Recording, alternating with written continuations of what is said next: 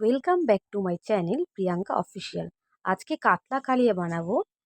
দেখো কাতলা মাছটা কতটা বড় আর কতটা সুন্দর, কি কি উপকরণ লাগে সেগুলো তোমাদের সাথে শেয়ার করলাম। ধনে পাতা, রসুন বাটা, পেঁয়াজ বাটা, কাঁচা লঙ্কা আর নিয়েছি টমেটো। এবার মাছগুলোকে কেটে নিয়েছিলাম, এরপর ভেজে নিচ্ছি তেল গরম করে।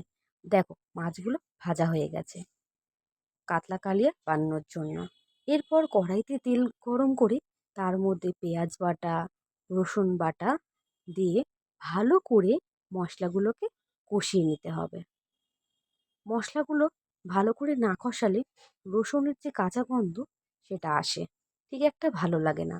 এরপর মশলাগুলো কষিয়ে ওর মধ্যে কাঁচা লঙ্কা আর টমেটোটা দিয়ে দিলাম, দিয়ে পরিমাণ মতন নুনও দিয়ে দিলাম, দিয়ে এবার মশলাটা কষাতে থাকবো। তারপর হলুদ দিলাম পরিমাণ মতন,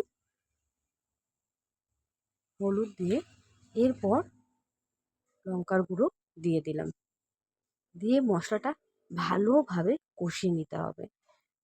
মশলাটা ভালো করে কষিয়ে মশলা থেকে তেল ছেড়ে গেলে দেখো কতটা সুন্দর লাগছে না। এরপর পরিমাণ মতো জল দিয়ে দেবো। জল দিলে মাছটা দিয়ে দিয়েছিলাম, তোমাদেরকে দেখানো হয়নি। জলটা ফুটে উঠলে মাছটা দিয়ে দিয়েছিলাম, দিয়ে ওর ওপর দিয়ে ধনেপাতা ছড়িয়ে দিয়েছি।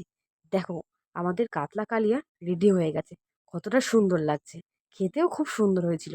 তোমরা এভাবে বানিয়ে খেয়ে দেখো, আশা করি তোমাদেরও ভালো লাগবে। ভালো লাগলে লাইক শেয়ার কমেন্ট করে দিও। টাটা।